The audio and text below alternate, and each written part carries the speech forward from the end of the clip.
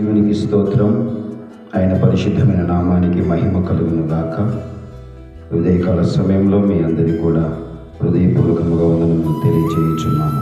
ఈరోజు దేవుని వాగ్దానం, యెహోవాయే నీకు నిత్యమైన వెలుగుగా ఉండును, నీ దుఃఖ దినములు సమాప్తములవును. మరి దేవుడు నీకు వెలుగై ఉండి నీ దుఃఖ దినములన్నీ దేవుడు తీసివేయబోతున్నాడు. మరి ఏ విషయంలో నువ్వు దుఃఖపడుతున్నావో, ఏ విషయంలో నువ్వు ఏడుస్తున్నావో, ఏ విషయంలో కన్నీరు గారుస్తున్నావో, నీ దుఃఖం ఏంటో, గర్భఫలమా, ఆర్థికమైనటువంటి సమస్యల, ఆరోగ్యమా, మరి పిల్లల యొక్క చదువుల, కుటుంబ జీవితమా, ఏదైతే నువ్వు దేవుని సన్నిధిలో కన్నీరు గారుస్తున్నావో, దేవుడు ఈ సంవత్సరం నీ దుఃఖ దినములన్నీ సమాప్తము చేయబోతున్నాడు.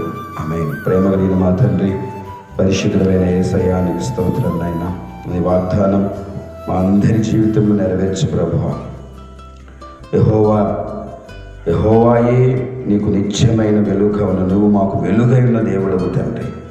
నీ దుఃఖ దినములన్నీ సమాప్తమవులను సెలవిచ్చిన దేవుడు కనుక వాగ్దానం వింటున్న వారికి తండ్రి, దాన్ని మరి ప్రభువ ప్రార్థనలో ఏకీపించే వారికి కూడా నీ కృప మీరు దయచేయమని, దుఃఖ దినములు తీసివేయండి ప్రభువ.